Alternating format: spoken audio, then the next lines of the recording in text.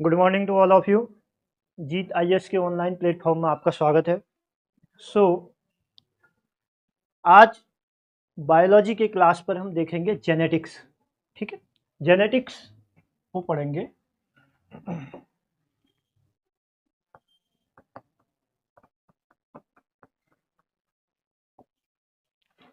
देखो, जेनेटिक्स की जब हम बात करेंगे तो जेनेटिक्स में दो वर्ड आते हैं जिनको कंबाइंडली स्टडी करनी पड़ती है।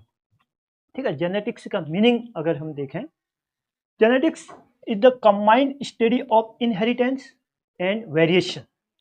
दो वर्ड आपको देखने को मिलेंगे। पहला इनहेरिटेंस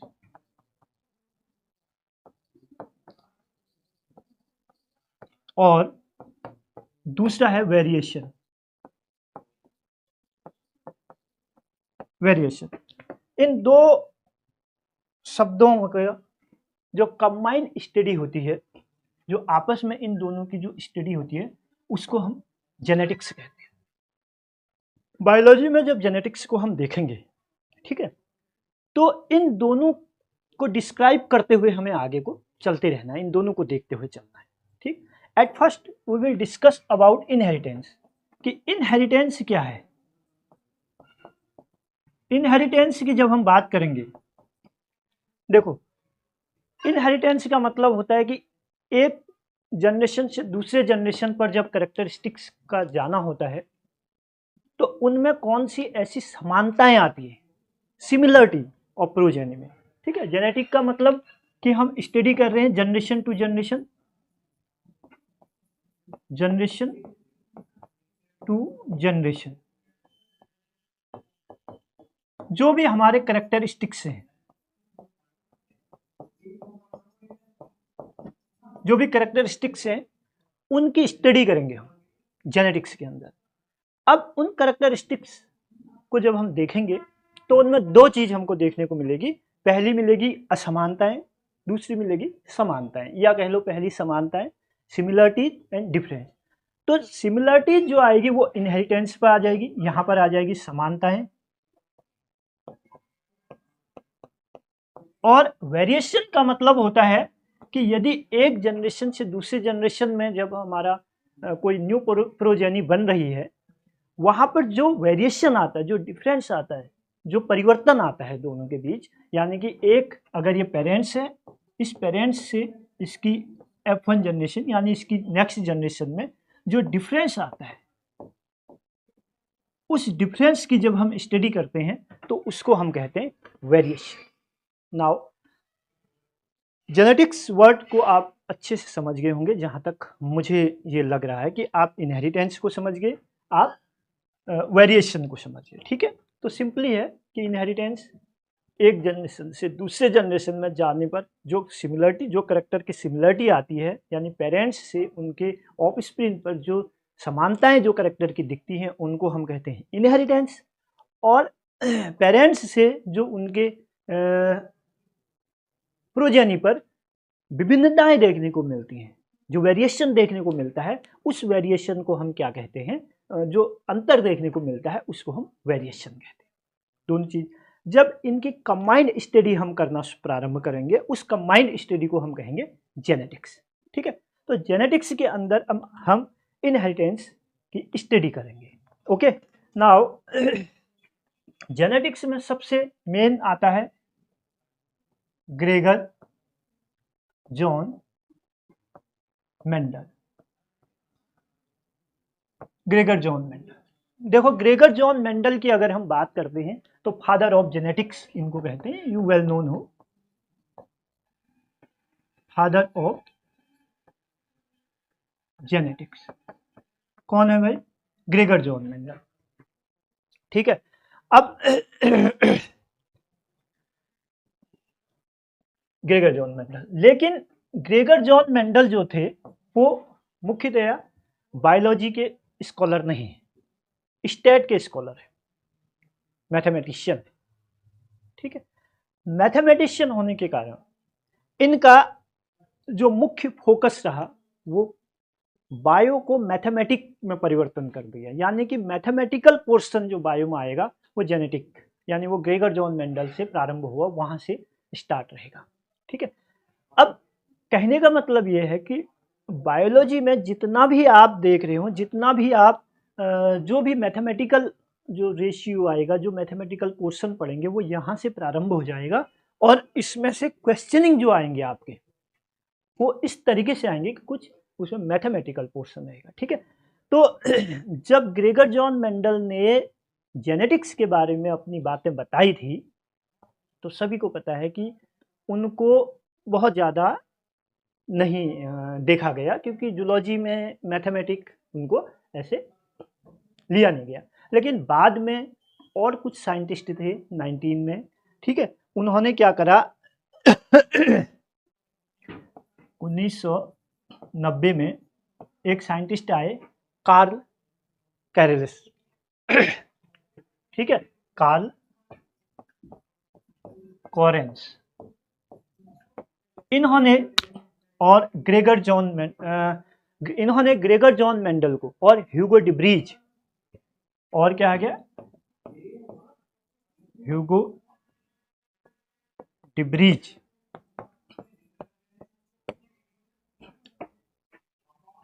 और एरिक वॉन सरमैक, एरिक वॉन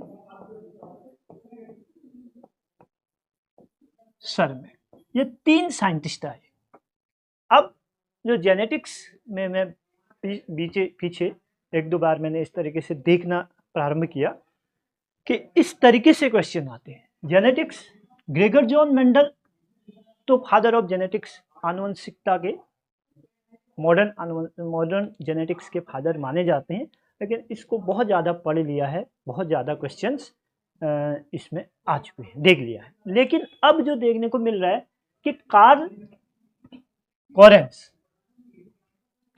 किसने इनको आगे बढ़ोतरी दी, किसने ग्रेगर जॉन मेंडल को फ्रंट में किसने रखा, किन्होंने बताया? तो बार बार ये चीज़ पूछा जाता है। 1990 में ये 3 साइंटिस्टों के नाम आपको याद करने पड़ेंगे, ह्यूगो डिब्रीज, कार्ल कोरेंस और एरिक वॉन सरमैक, ये तीन साइंटिस्ट हैं हमारे पास। इन तीनों ने ही जो भी ग्रेगर जॉन मेंडल ने अपने पोस्टुलेट दिए या अपने लॉ दिए, उस लॉ को हम तक लाने का काम किया इन 3 साइंटिस्टों। ठीक है, तो इनके बारे में आपसे कुछ भी पूछा जा सकता है, कोई एक साइंटिस्ट का नाम और दे देगा कि इनमें से कौन नहीं थे पूछ देगा, या कुछ ऐसा समथिंग दैट ये देख लेगा। ठीक है, अब जब हम बात करते हैं कि ग्रेगर जॉन मेंडल के लॉ क्या है भाई, तो इनके 2 लॉ हम देखते हैं और बाकी जो टर्म्स हैं उनको हम जेनेटिक यानी इनहेरिटेंसी के टर्मिनोलॉजी में यूज करते हैं। मुख्यतया इनके 2 लॉ हैं, सेग्रीगेशन, लॉ ऑफ सेग्रीगेशन,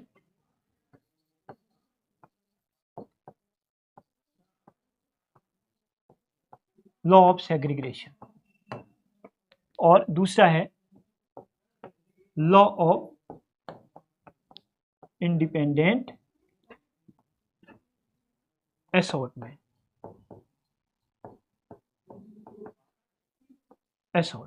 ये 2 रूल्स इन्होंने दिए जेनेटिक्स में, law of segregation, law of independent assortment. ठीक हो गया। अब इसका मतलब क्या है कि जो गैमेट्स है उनका सेग्रीगेशन हो जाना, प्योरिटी ऑफ गैमेट्स भी बोलते हैं इस लॉ को, लॉ ऑफ सेग्रीगेशन को। ठीक है, यानी कि गैमेट्स का सेपरेशन हो जाना, सेग्रीगेशन होना। ठीक है, जो भी करेक्टर ले जा रहा है, जब टर्मिनोलॉजी आपने पिछले उसमें देख लोगे, अभी इसके बाद आ जाएगा उसको जब देखोगे तो टर्मिनोलॉजी में आपको पता चलेगा कि एलील क्या चीज़ है। ठीक है, डोमिनेंट और रिसेसिव, जस्ट इसके बाद बताते हैं। लॉ ऑफ इंडिपेंडेंट असॉर्टमेंट का मतलब है कि इंडिपेंडेंट यानी फ्री है, कोई भी एलील, ठीक, किसी भी दूसरे एलील के साथ जुड़ने के लिए फ्री है। तो ये 2 चीज़ इन्होंने बताई। इन चीज़ों में अब इस लॉ के बारे में जो क्वेश्चंस बनते हैं बहुत ज़्यादा, बट मुख्यतया जो आजकल जो इस समय जो पेपर चल रहे हैं उसमें जो देखने को मिलता है ये अक्सर पूछा जाता है कि लॉ ऑफ सेग्रीगेशन में कितने कैरेक्टर्स के लिए इसको लिया गया। यानी कि जब ग्रेगर जॉन मेंडल ने सेग्रीगेशन की बात कही तो उस वक्त कौन कौन से ऐसे कैरेक्टर्स लिए, या क्रोमोसोम के how many pairs of alleles को उन्होंने यूज किया। ठीक है, तो ये सिंगल कैरेक्टर से यूज होता है और ये दो या दो से अधिक। ठीक है, 2 और मोर देन 2, 2 या 2 से अधिक कैरेक्टर्स को जब हम देखेंगे तो उससे ये प्रूफ हुआ इंडिपेंडेंट असॉर्टमेंट। यानी कि 2 कैरेक्टर, जैसे हम बात करते हैं किसी भी प्लांट की, अगर हमने बात की तो ये एक प्लांट है, इस प्लांट में हमने कहा कि फ्लावर का कलर येलो है, और दूसरा प्लांट हमने देखा, उस प्लांट में हमने कहा कि फ्लावर जो कलर है वो पिंक है। ठीक है, तो फ्लावर का कलर ये एक कैरेक्टर हो गया, और दूसरा इसकी लेंथ। ठीक है, प्लांट लेंथ, ये 2 कैरेक्टर। अगर हम इन दोनों कैरेक्टर्स को एक साथ ले रहे हैं, ठीक है, एक साथ लेके चल रहे हैं, एक साथ लेकर वर्क कर रहे हैं, तो उसको हम कहेंगे कि तब हम प्रूव कर रहे हैं independent assortment. If we will discuss only one characters like that colours of flower, okay, अगर हम केवल एक ही कैरेक्टर को लेकर के इंट्रोड्यूस कर रहे हैं, एक ही केवल कलर देख रहे हैं इन प्लांट, इसमें पुष्प का, फूल का जो है, हम केवल क्या देख रहे हैं, रंग देख रहे हैं कि कैसा रंग है, तो हम सेग्रीगेशन के लिए यूज करेंगे। ठीक है, आई थिंक यहां तक समझ गए हो, लेकिन इसको ब्रीफली हम आगे देखेंगे। जो टर्मिनोलॉजी है उस में सबसे पहले जेनेटिक्स में आपने देखा होगा कि एक जीन आता है। क्या होता है जीन, किसे कहेंगे? जीन जो है वो पूरा जेनेटिक में जो हमारे कैरेक्टर हैं, जिनको हम कह रहे हैं इनहेरिटेंस होते हैं, जनरेशन टू जनरेशन जो कैरेक्टर जाते हैं, वो इस जीन के थ्रू आगे बढ़ रहे हैं। जीन क्या है? Functional unit of DNA. Gene is functional unit of DNA. DNA क्या है? Deoxyribose nucleic acid.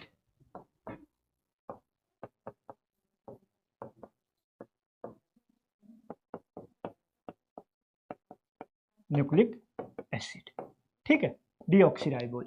Functional unit का मतलब डीएनए जो वर्क करता है, यानी डीएनए का काम क्या है? जो भी कैरेक्टर हैं उन कैरेक्टर को एक जनरेशन से दूसरे जनरेशन तक ले जाना। अब यदि इसमें परिवर्तन भी आता है या वो सिमिलर कैरेक्टर ले जाता है, जो भी करेगा, ठीक है, जब हम बायोटेक पढ़ेंगे, इसके आगे जब हम माइक्रोबायोलॉजी में जाएंगे, बायोटेक्नोलॉजी देखेंगे, ठीक है, रिकॉम्बिनेशन देखेंगे, आगे जितनी भी चीजें हैं हम उन सबको पढ़ेंगे। तो अगर डीएनए कैरेक्टर का परिवर्तन भी कर रहा है, तब भी वो किस यूनिट से कर रहा है? जीन से कर रहा है। ठीक है, अगर वो उसी कैरेक्टर को आगे ले जा रहा है, तब भी जीन से ले जा रहा है। ठीक है, अब तो हमने देख लिया जीन्स। आगे जब हम देखेंगे, ग्रेगर जॉन मेंडल ने 2 जो रूल दिए थे, सेग्रीगेशन और इंडिपेंडेंट असॉर्टमेंट। उस सेग्रीगेशन को प्रूफ करने के लिए उन्होंने डोमिनेंसी और रिसेसिव की बात कही थी। ध्यान से सुनना, इसको ध्यान, इस पर जरा कंसंट्रेट रहना, फोकस्ड रहना, कि पहली बात कि लॉ ऑफ सेग्रीगेशन जो है, हमारा लॉ ऑफ सेग्रीगेशन जो है वो केवल एक कैरेक्टर, जब हम एक ही कैरेक्टर को लेकर के आगे अपना एक्सपेरिमेंट करेंगे तो उससे कंप्लीट हो जाएगा। कौन सा? Law of segregation. Law of independent assortment, जब हम 2 या 2 से अधिक कैरेक्टर्स को लेकर के आगे चलेंगे तो वहां से वो कंप्लीट होगा। ठीक है, अब जो सेग्रीगेशन रूल है उस पर कुछ टर्मिनोलॉजी जो दी उन्होंने, किन्होंने? मेंडल साहब ने। उस पर उन्होंने कहा डोमिनेंसी, डोमिनेंट और रिसेसिव, ये 2 शब्द कहे। एक डोमिनेंट डोमिनेंट का मतलब होता है प्रभावी, और रिसेसिव का मतलब होता है अप्रभावी। जैसे हमने एक कैरेक्टर की बात कही अभी तक, कैरेक्टर की बात की, हमने कहा फ्लावर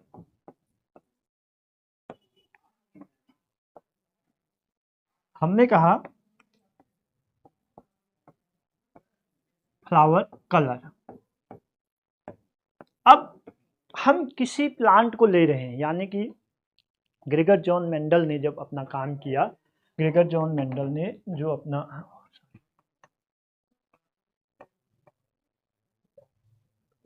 ग्रेगर जॉन मेंडल ने जो अपना काम किया था वो किस पे किया था? पी प्लांट पे। पी प्लांट यानी मटर के पौधे पर।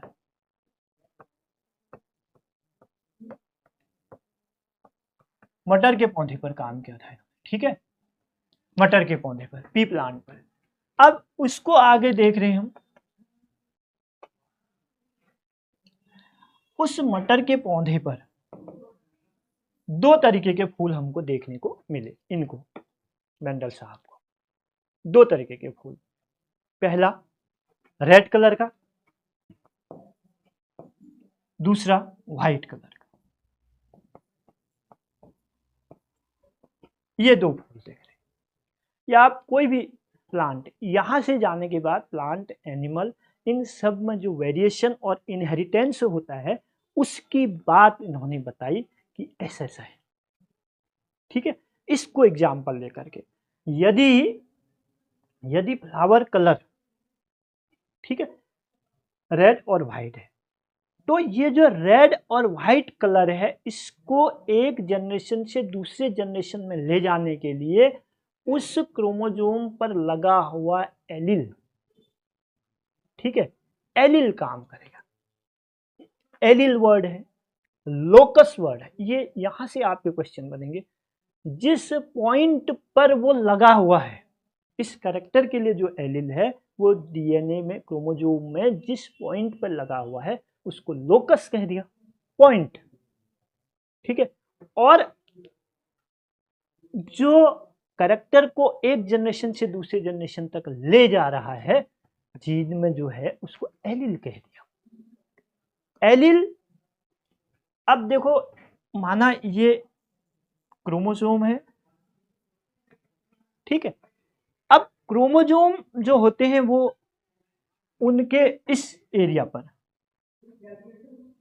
ये एरिया है, ठीक, इस एरिया पर माना हमने कहा फ्लावर के कलर के लिए ये एलील लगे हुए, ओके। ये रिस्पॉन्सिबल है इस कलर के लिए, रेड के लिए, व्हाइट के लिए, ठीक है। तो जब हम देखेंगे 2n में तो ये दो होंगे, दो एलील लगे होंगे। वो दो एलील एक ही चीज के लिए रिस्पॉन्सिबल होंगे लेकिन डिफरेंट डिफरेंट भी हो सकते हैं। ध्यान देना इस चीज को, दोनों एलील एक कैरेक्टर के लिए रिस्पॉन्सिबल होंगे और वो कैरेक्टर डिफरेंट डिफरेंट भी हो सकते हैं। जैसे हम कह रहे हैं कि ये एलील रेड कलर के लिए रिस्पॉन्सिबल है, ठीक है, और इसके अंदर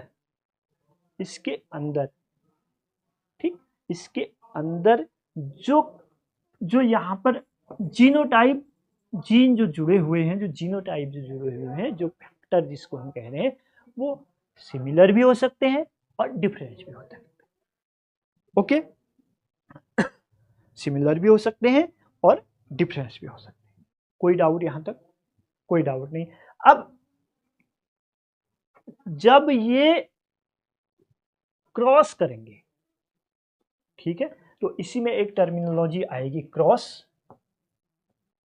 जब ये क्रॉस करेंगे, और क्रॉस करने के लिए सेक्सुअल रिप्रोडक्शन की जरूरत है, तब जाकर के ये क्रॉस करने पर क्या होंगे, जो अभी हम कह रहे हैं कि दो एलील लगे हुए हैं यहां पर। माना कि ये आर था रेड कलर के लिए, ये भी आर एलील, एक नाम दे दिया इसको, आप ए भी दे सकते हैं, बी भी दे सकते हैं, एफ भी दे सकते हैं, आर भी दे सकते हैं, जो मर्जी वो दे सकते हैं।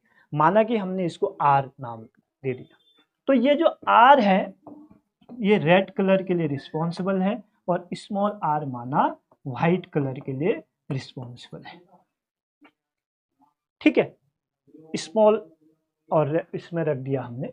आप यहाँ पर ए भी कह सकते हैं, बी भी, जो आपकी मर्जी, आप वो नाम यहाँ पर दे सकते हैं, इससे कोई फर्क नहीं पड़ेगा। ये अगर आता है तो देख लीजिएगा। ठीक है, इससे कोई फर्क नहीं पड़ना है, कोई जहां दिक्कत नहीं होगी। अब यहां पर हम बात कर रहे हैं, अब दूसरे एलील हैं हमारे पास, ये आर और आर है, ये व्हाइट कलर के लिए और ये दोनों रेड के लिए रिस्पॉन्सिबल है। मेंडल साहब ने कहा यदि क्रॉस होगा तो क्रॉस होने के लिए सेक्सुअल रिप्रोडक्शन होगा,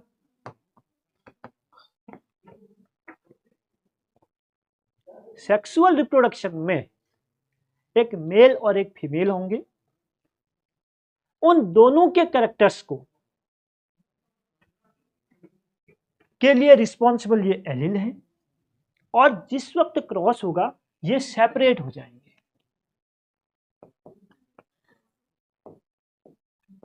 ये अब अगर इनके बीच क्रॉस होता है तो ये दोनों फैक्टर यानी दोनों कैरेक्टर के जो इनके पास एलील हैं वो अलग अलग हो जाएंगे, एक आर दूसरा आर, और यहां भी ये सेपरेट हो गए, अलग अलग हो गए। ठीक है, ठीक, यहां तक ठीक। अब जब इनका क्रॉस होना है तो क्रॉस होने के लिए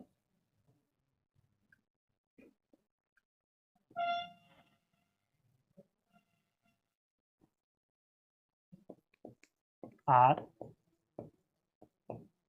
इस तरीके से बन जाएंगे। ये पेरेंट्स हैं, यानी कि फर्स्ट जनरेशन है, मेन जनरेशन है, और ये इनकी F1 जनरेशन है।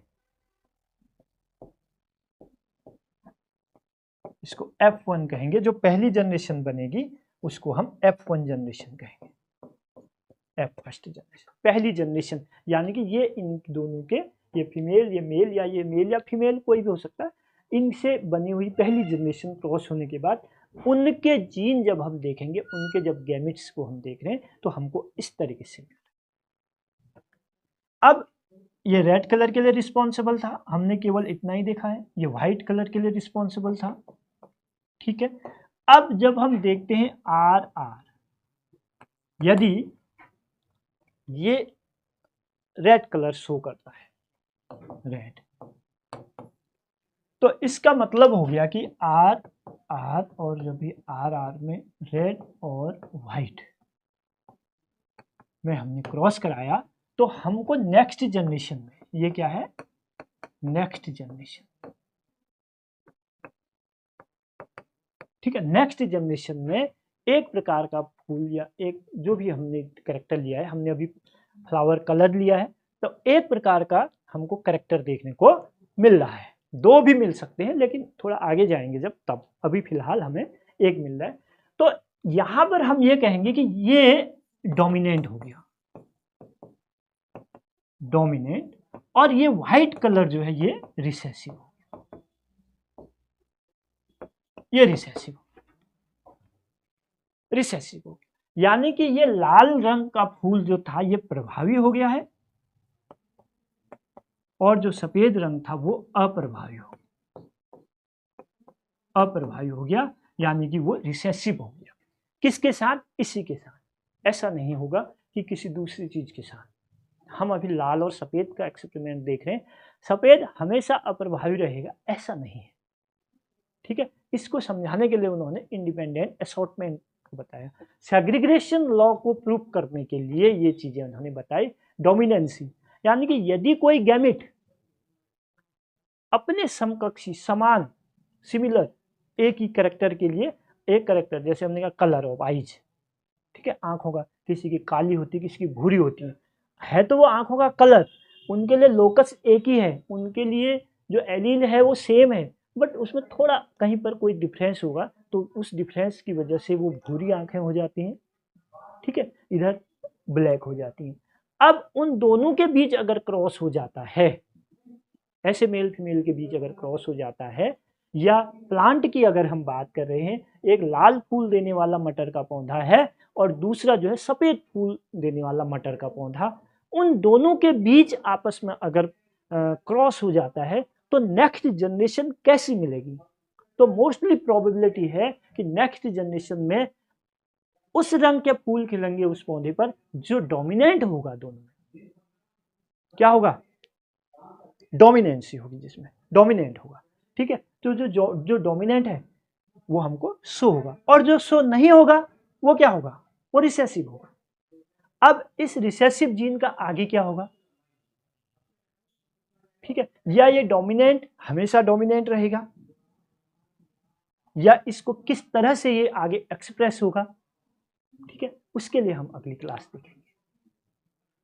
उसके लिए नेक्स्ट उसमें जाएंगे, नेक्स्ट क्लास देखेंगे। तो आज के लिए ओके, थैंक यू बच्चों।